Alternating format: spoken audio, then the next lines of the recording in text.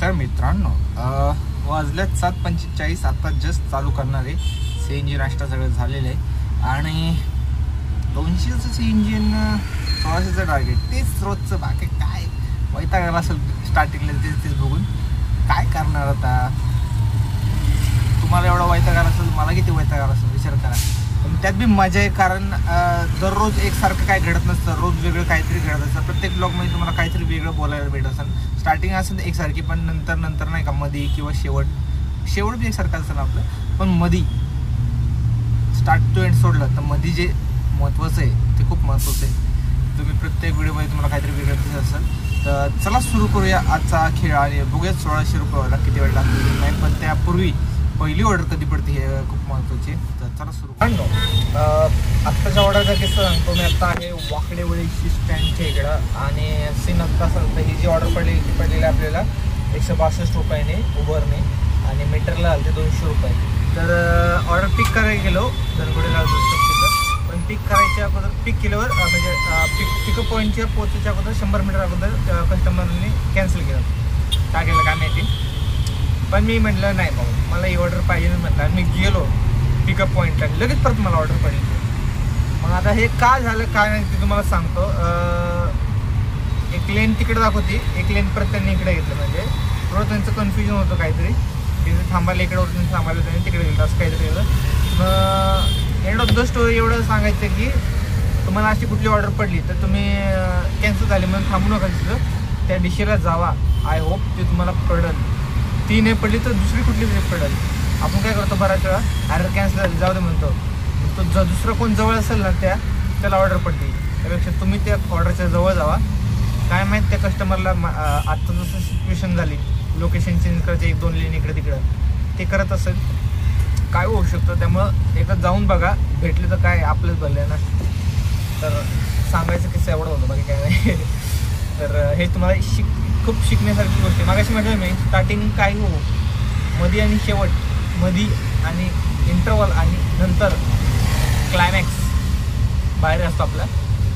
आणि तर बघूया आता वाकडेवाडी स्टँडला आलो आहे. आय होप इथनं सेकंड ऑर्डर पडावी. आतापर्यंत पहिली ऑर्डर 200 झाली मीटर नाही आणि लवकरात लवकर दुसरी ऑर्डर पडावी इथनं 200-300 रुपयाची. जेणेकरून मला दिवस पावलं मला. तर मित्रांनो वाजल्यात 12:35. आता जस्ट जेवण झालेलं आहे आणि विषय असा आहे की बॅक टू बॅक ऑर्डर पडत होते, त्यामुळे वेळ नाही भेटला. यातले तर 2-3 जण तर असे मीटर नाही. वाकडेवाडी स्टँड होतो आपण, तिकडनं 1-2-3 ऑर्डर मारले. परत वाकडेवाडी स्टँडला, तिकडनं परत खराडीला. आत्ता आपण खराडीमध्ये आहोत आणि आता जेवण जस्ट झाले. मागाशी घेणार होतो टेक, पण तेवढं एक जण आला. म्हटलं चलो तर चलो टालो मीटर आणि चलो.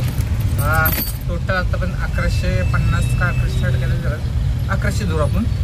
30-40 ऑर्डर मारून होईल 1200 रुपये. त्या विषयाने तरी 1100 धरले तरी 1600 करतो ना. 500 रुपये करते जाऊ. 500 झाल्यानंतर मग विचार करू पुढं काय करायचं काय नाही. पहिले 500 रुपये करू. तर बघूया 500 रुपये करायला किती वेळ लागतात तिथे नाही. 12:36 नंतर चला झाला. तर मित्रांनो बऱ्याच वेळानंतर एक ऑर्डर पडली आपल्याला. आपण आत्ता आहोत मगरपट्टा सिटीमध्ये आणि इथनं रिटर्न म्हणजे आता अजून काय पडेल माहीत नाही. ही ऑर्डर होती 100 रुपयाची, 95 रुपये. 100 धरू काय विषय नाही. 1200 रुपये झाले समजून. 1:17 झाले. तर आय होप इथनं अजून एखादी ऑर्डर पडावी. 1200 म्हणजे अजून 400 करायचं. सोपं आहे, होऊ शकतं. असं नाही की आता बी असं म्हणून की अवघड आहे. अवघड बी होऊ शकतं, कारण विषय आत्ता आहे की दुपारच्या वेळेस कोणाची सुट्टी होत नाही. संध्याकाळी सगळी 4-5 नंतर होतं. तर एक 10-15 मिनटं थांबणारी. आय होप पडली तर ठीक, नाही तर सीझन मॉलला बाहेर जायला लागेल. मॉलच्या इथनं बघायला लागेल कोण भेटते. आता आहोत near by NIBM, near by Jhullanagar, near by घरापाशी, नियर बाय पार्किंगपाशी. आपलं स्वारगेटच्या पुढं आलं की आलं घर. काय आता काय एवढं लांब आहे का? स्वारगेट, कोंडबाग, झुल्लानगर आपलंच एरिया आहे सगळं. इथून घर जवळच आहे. तर वाजलेत किती 2:19 झाल्यात आणि मला वाटतं मी मगरपट्टा होतो तेव्हा टेक घेतल्या. त्यानंतर जसं मी बाहेर आलो सीझन मॉलकडं, एक मॅडम भेटल्या. ते म्हणल्या हडपसर गाडी तळ. म्हणजे चलो हडपसर गाडी तळला गेलो. तिकडनं मग एक ऑर्डर पडली NIBM ला सोडलं. तिकडनं वर्कर लोक भेटली, ते म्हणले चौक में चलो, चलो चौक में आहे अभी. तर टोटल आतापर्यंत मला वाटतं 1580 रुपये काहीतरी झालं मीटर. भाऊ फरक आहे का नाही. तर 1580 म्हणजे अजून 1600ला 20 रुपये कमी. आणि टाईम किती झाला आहे 2:20. एवढा टाईम आहे माझ्याकडं, अजून 2,500 होईल एवढा टाईम आहे. पण तुम्हाला माहिती मी कष्ट करत नाही जास्त, फक्त आपलं लिमिटेड एडिशन आहे, तसं लिमिटेड काम आहे आपलं. आता मी चाललो आहे घराकडं. बघू घराकडे जाता आता ऑर्डर पडते नाही. 3:12 आणि आजचा ब्लॉग इथंच एंड करणार आहे, कारण झालं संपलं. जे पाहिजे होते 20 रुपयाची ऑर्डर 20पेक्षा जास्तच पडली आपल्याला. 125ची ऑर्डर पडली आपल्याला, जी की खूप चांगली गोष्ट आहे. आणि जिथं 1600 करायचे होते तिथं 1700 रुपये गेलं. 18, 19, 20 अजून 300 रुपये होऊ शकतात है ना. किती वाजलं 3:12 झाल्यात, म्हणजे अजून काहीच नाही. 300 रुपयाला किती वेळ लागतो रे.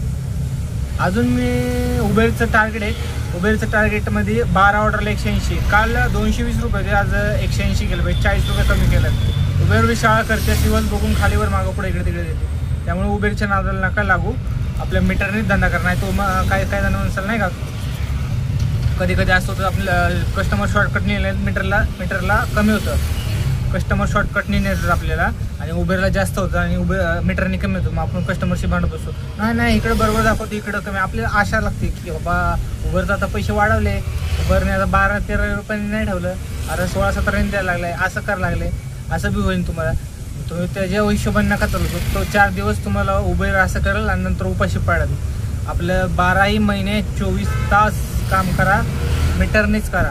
24 तास ना काम करू, म्हणजे मग ते बोलायची गोष्ट आहे. म्हणजे 12 महिने 24 तास कधी जा तुम्ही, रात्री असं दिवस मीटर टाकणार आहे. मीटर नाईटला बी एक्स्ट्रा चार्जेस लावून काय असेल ते नाईटचे वेगळे फेअर आहेत ते ॲड होऊन येईल. ते डायरेक्ट मीटर टाका, डायरेक्ट काम करा. आणि राहिला आत्ताचा विषय माझा, तर आपले 1600 रुपये करायचे तर 1700 रुपये केले आपण. 100 रुपये जास्तच केले, जे की चांगली गोष्ट आहे. 300 रुपये अजून करू शकतो. पण कस्टमरची जी ऑर्डर होती कोंडव्यातनं त्रिमूर्ती चौकात, म्हणजे आपल्या एरियात, आणि तुम्हाला माहिती आहे आपल्या एरियात आलं तर आपण पुढे जाणार घरी. मला म्हणजे साहजिकच गोष्ट आहे, कोणालाही घराकडे ऑर्डर पडली की घरीच जाऊ वाटतं. आणि जर लांब असेल ना तर तुम्हाला माहिती मी लांब असेल तर मग काम करत राहतो, पण घराकडे आलं की नको वाटतं. काय होतं काय माहिती. बघू शकतो आपण घराकडे आलो आहे. कुठलं स्कूल आहे, सरत रुपये आलं, जे की आपल्या कात्रज दूध डेअरीचीच आहे. इकडं राईटला अजून एक कात्रज दूध डेअरी आहे आणि राईटला जी दूध डेअरी आहे, मेन दूध डेअरी चौकात आहे बरं का. ते चौकातनं स्थळ आलं तिथे एक अजून एक दूध डेअरी आहे. त्या दूध डेअरीवरनं डावीकडे गेलं अजून एक दूध डेअरी आहे. असं 3 टोटल दूध डेअरी आहेत. जर कोणाला तिकडे गर्दी वाटत असेल तर त्यांनी अजून थोडं पुढे 100-200 मीटरवर जिकडे आपण CNG भरतो तिथे एक आहे.